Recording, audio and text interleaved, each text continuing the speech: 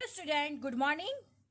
Today we are going to start our lecture with a new topic, conditional probability. First we have to understand what is the meaning of conditional probability. I am reading, you have to listen it carefully. A and B are any two events of a finite sample space U. Under the condition event A has occurred. If event B occurs, then that event B is called the conditional event. It is denoted by symbol B/A. Similarly, under the condition event B has occurred, if event A will occur, then that event A is called the conditional event. It is denoted by symbol A/B. Students, जब भी हमारा event A occur होगा, understand, under the condition event A has occurred, if event B occurs, then वो कौन सा event होगा? Event B is called conditional event. It is denoted by symbol B/A. ये हमारा क्या हो जाएगा? Conditional event. Under the condition event B has occurred, if the event A will occur, then that event A is called the conditional event. Event A हमारा क्या हो जाएगा? Conditional event. It is denoted by symbol A/B. Students, जब हम sums count करेंगे तब कौन सा इवेंट अकर होता है और कैसे इवेंट अकर होता है वो अच्छे से समझेंगे. सिर्फ आप लोगों को कंडीशनल इवेंट्स का what is the meaning of conditional events you have to understand it. When A is occurred under the condition of B, it is B/A, and when B is occurred, event A will occur, then event A is called conditional event. It is denoted by the symbol A/B. Understand? Now moving to the next point, law of conditional probability. अब ये जो conditional probability है वो कैसे हम question में use करने वाले हैं और उसके लिए कौन से फॉर्मूलाज की हमें जरूरत होगी वो अब हम सीखेंगे. Law of conditional probability. A and B are any two events of a finite sample space U and P of A greater than 0. The rule to obtain the probability of event B/A. The probability of occurrence of event B given that event A has already occurred is called the law of conditional probability. जब भी हमारी event A occur होगा तब हमें ये formula का use करना है. This rule is written as under P of B/A is equal to P of A intersect B divide by P of A, where P of A is greater than 0. Understand? कौन सी event occur होगा? जब event A occurred होगा तब हमें ये formula का use करना है. P of B/A is equal to P of A intersect B divide by P of A, where P of A is greater than 0. ये हमारा इवेंट ए अकर का फॉर्मूला हुआ. Now moving to the next, जब हमारा event be occur होगा तब हमें कौन सा फॉर्मूला यूज करना है? Similarly probability of conditional event A/B is obtain by following formula. P of A/B is equal to P of A intersect B divide by P of B, where P of B is greater than 0. Understand? This is the formula for law of conditional probability. जब हम sums count करेंगे तब हम ये formulas का use करेंगे. और ये क्वेश्चन कंडीशनल प्रोबेबिलिटी का है, वो कैसे आइडेंटिफाई करना है?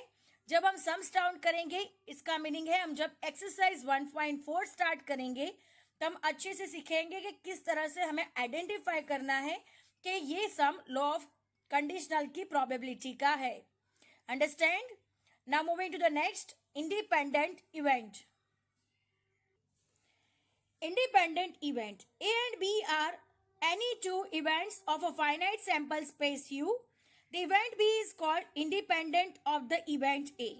If the probability of occurrence of event A does not affect the probability of occurrence of the event B, this means if P of A/B is equal to P of A and P of B/A is equal to P of B, then A and B are called mutually independent events. If A and B are independent events then, यानी जब हमें A intersect B दोनों event में से नहीं निकलेगा तो वो कौन सा इवेंट हो जाएगा, हमारा इंडिपेंडेंट इवेंट हो जाएगा। अंडरस्टैंड? उसके लिए हम लोगों को 4 पॉसिबिलिटीज दी गई है। These are A and B dash are independent events. A dash and B are independent events. A dash and B dash are also independent events. So these are the independent events. When A and B are the two events of finite subsample space U. We all know that कि U की 2 events होती है A और B. The event B is called independent of the event A. B को क्या कहा जाएगा, independent of event A. If the probability of occurrence of event A does not affect the probability of occurrence of event B, यानी दोनों की probability एक दूसरे को affect नहीं कर रही, तो वो कौन सी event हो जाएगा, independent events.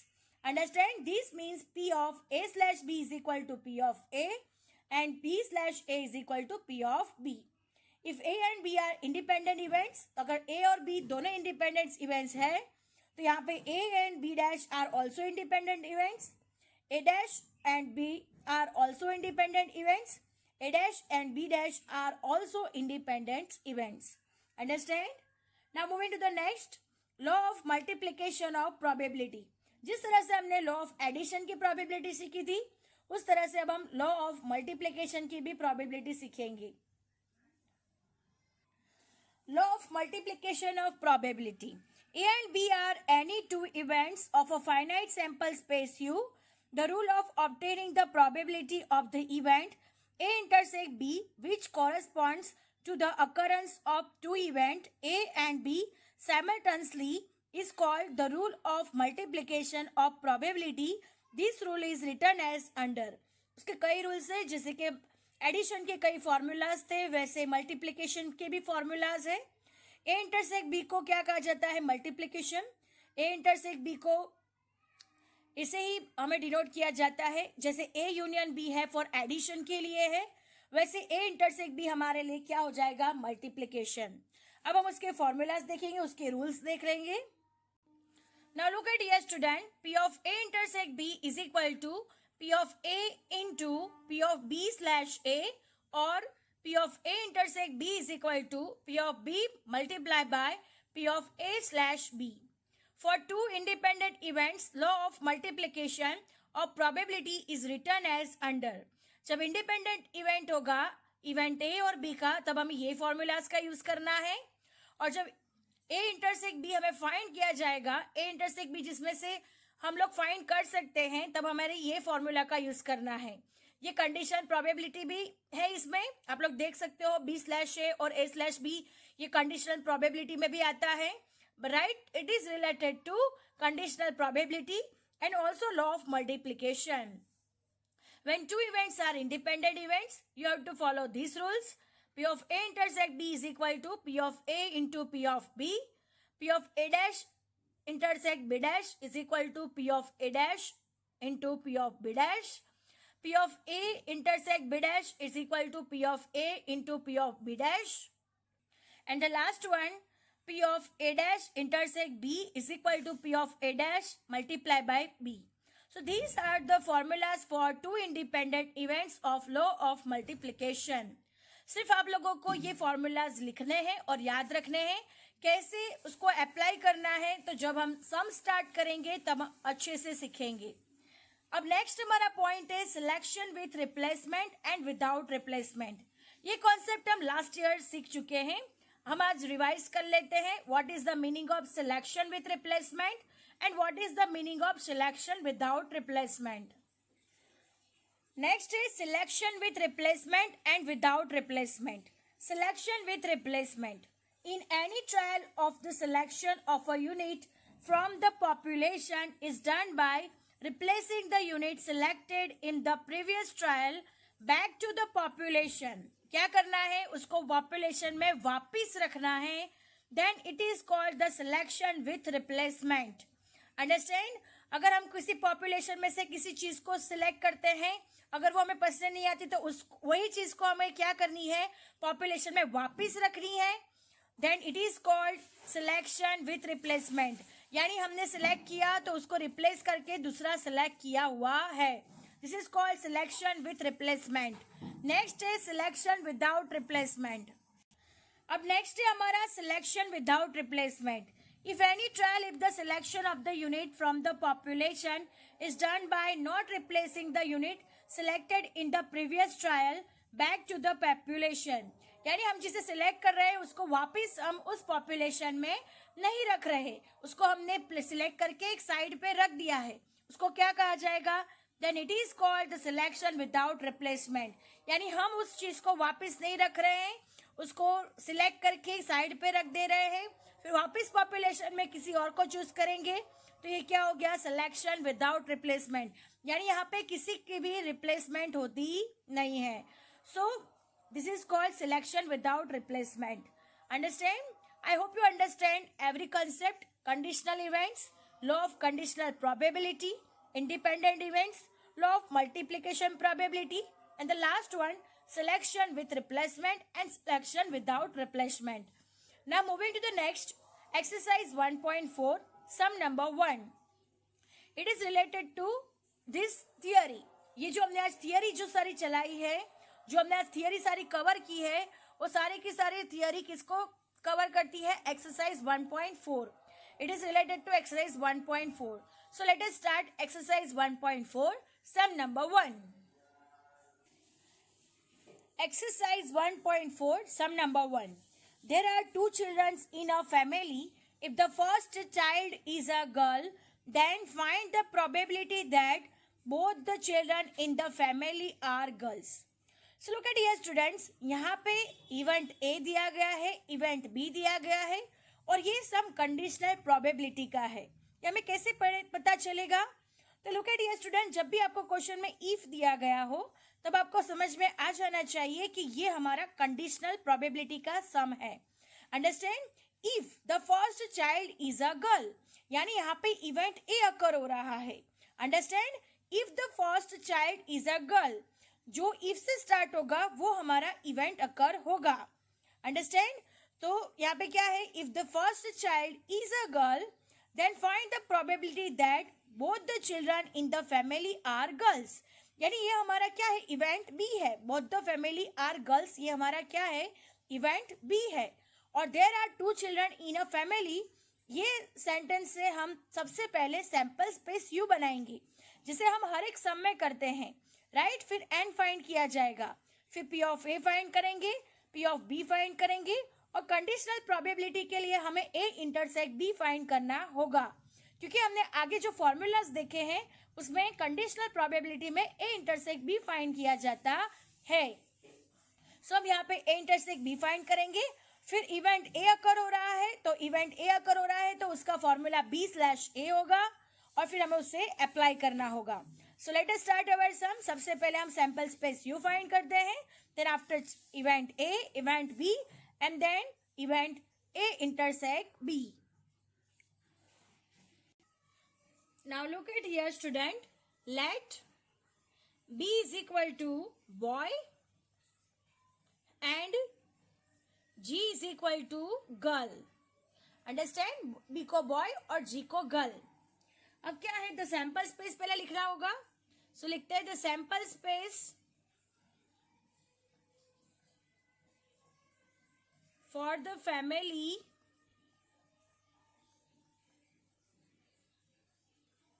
having 2 children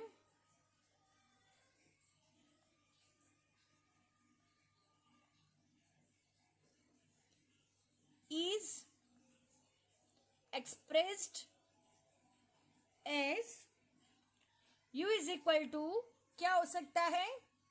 दोनों बॉय हो सकते हैं, एक बॉय एक गर्ल हो सकता है, एक गर्ल एक बॉय, और दोनों की दोनों गर्ल्स हो सकती है.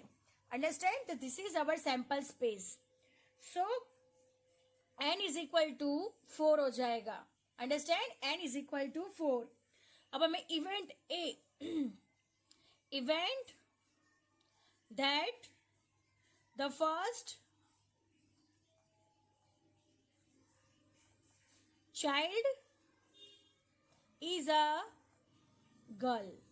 First child is a girl. अब सैंपल स्पेस यू में फर्स्ट चाइल्ड गर्ल होना चाहिए. तो फर्स्ट चाइल्ड गर्ल है, वैसी कंडीशन जी बी, यहाँ पे फर्स्ट चाइल्ड गर्ल है और ये जी जी यहाँ पे भी फर्स्ट चाइल्ड गर्ल है. सो हमारा सैंपल स्पेस जी बी हो जाएगा और जी जी हो जाएगा. Understand? So favourable outcomes of event A. Favourable outcomes of event A. m is equal to 2 हो जाएगा. So p of a is equal to m divide by n. So 2 divide by 4, 2 2 जा 4, सो 1 by 2. Understand? 1 by 2. अब next है event B. B में क्या कहा गया है? Event that both childrens are girl. उसमें कहा गया है event that both the children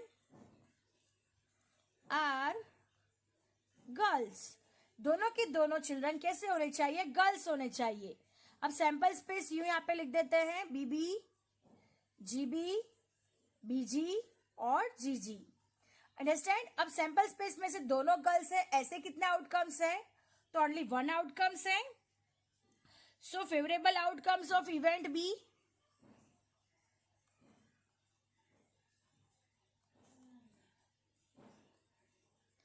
event B m is equal to 1 हो जाएगा. So p of b is equal to m divide by n. So 1 by 4. Understand? So ये हमारा क्या हो गया? Event B. अब हमें क्या फाइंड करना है? Event that both the children are girls, यानी ए इंटरसेक्ट बी फाइंड करना है. तो हमारा नेक्स्ट इवेंट है कंडीशनल प्रोबेबिलिटी के लिए ए इंटरसेक्ट बी फाइंड करना होगा. तो इसका मीनिंग क्या होगा? Event that both the children are girls. Right? Both the children are girls. तो इसमें भी आउटकम्स कितना होगा? इवेंट बी हो जाएगा इसका आंसर भी. राइट? बिकॉज इवेंट बी में भी यही है कि दोनों चिल्ड्रन कैसे होने चाहिए? गर्ल होने चाहिए. So P of A intersect B is equal to P of B is equal to answer आएगा 1 बाय 4. अंडरस्टैंड? अब हमें क्या है? कंडीशनल अप्लाई करनी है. सो कंडीशनल में कौन सी इवेंट अकर हो रहा है? इवेंट ए अकर हो रहा है.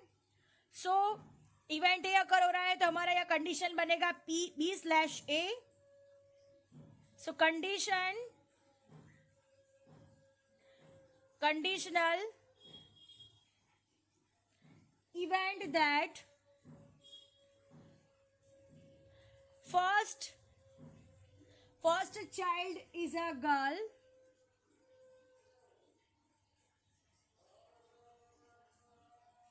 then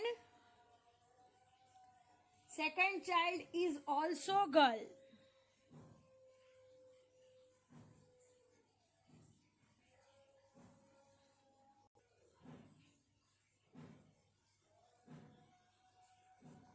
Understand? This is the conditional event. Conditional event that first child is a girl. तो दूसरी भी चाइल्ड कैसा होना चाहिए? गर्ल ही होना चाहिए.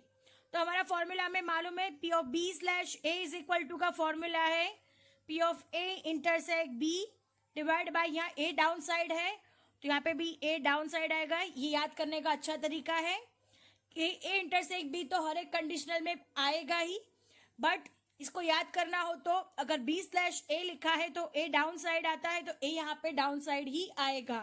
अंडरस्टैंड? अगर यहाँ पे ए स्लैश बी आता है तो यहाँ पे डाउन साइड बी ही आएगा.